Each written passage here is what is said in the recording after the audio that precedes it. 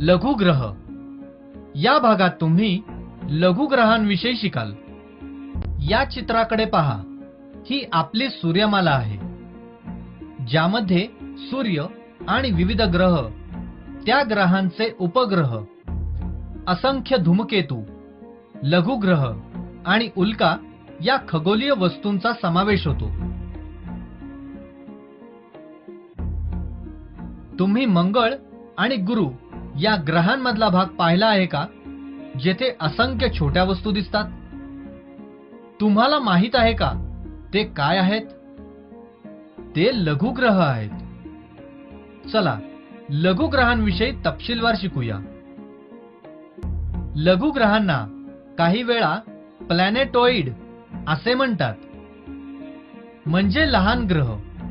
त्यांना ग्रहांची निर्मिती झाल्यानंतर त्यांचा स्फोट होऊन तयार झालेले ग्रहांचे तुकडे असे समजले जाते। लघुग्रह हे लघुग्रहांच्या पट्ट्यामध्ये म्हणजे मंगळ आणि गुरु यांच्या कक्षांमधल्या भागात पाहायला मिळतात। ते सूर्याभोवती इतर ग्रहांप्रमाणे भ्रमण करत असतात। या पट्ट्यामध्ये दशलक्षांपेक्षा जास्त लघुग्रह आहेत। आणखी एक मनोरंजक गोष्ट म्हणजे त्या दशलक्ष लघुग्रहातील प्रत्येकाला आपली कक्षा आहे। यामधील बहुतेक लघुग्रह पट्ट्यात भ्रमण करीत असतात। जेव्हा लघुग्रह पट्ट्यात काही प्रकारची टक्कर होते, तेव्हा त्यातील काही लघुग्रह पट्ट्याच्या बाहेर टाकले जातात। अशा परिस्थितीमध्ये ते लघुग्रह पट्ट्याच्या बाहेर तयार केलेल्या लघुग्रह हे ग्रहांपेक्षा लहान असतात, परंतु उल्कांपेक्षा मोठे असतात। ते साधारणतः छोटे आणि विविध आकारांबरोबरच घन असतात व त्यांचा व्यास 1 किलोमीटर ते 800 किलोमीटर पर्यंत असू शकतो। त्यांना विश्वाचे उडणारे पर्वत असेही संबोधले गेले, यात आश्चर्य नाही। लघुग्रह पट्ट्यात ठेंगणा ग्रह सेरेस हा सर्वात मोठा ग्रह आहे। त्याचा व्यास सुमारे 975 किलोमीटर आहे। पुढची सर्वात मोठी जागा ही पल्लास आणि वेस्टा या 2 लघुग्रहांनी घेतली आहे। दोघांचा व्यास जवळजवळ 500 किलोमीटर आहे।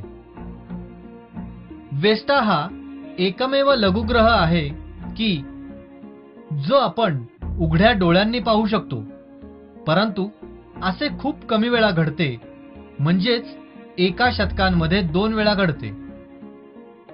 इथे 11 ऑक्टोबर 2007 मध्ये USA मधील अरिझोना येथे कॅटलिना आकाश सर्वेक्षणात शोधून काढलेल्या TU-24 या लघुग्रहाबद्दल काही मनोरंजक गोष्टी आहेत। 29 जानेवारी 2008 मध्ये TU-24 चा मार्ग तुलनात्मकरित्या पृथ्वीच्या जवळ होता। खळबळजनक गोष्ट आहे, नाही का? नासाच्या वैज्ञानिकांनी भविष्य वर्तवले आहे की या ग्रहाचे 2027 च्या आसपास पृथ्वीच्या वातावरणात आगमन होईल।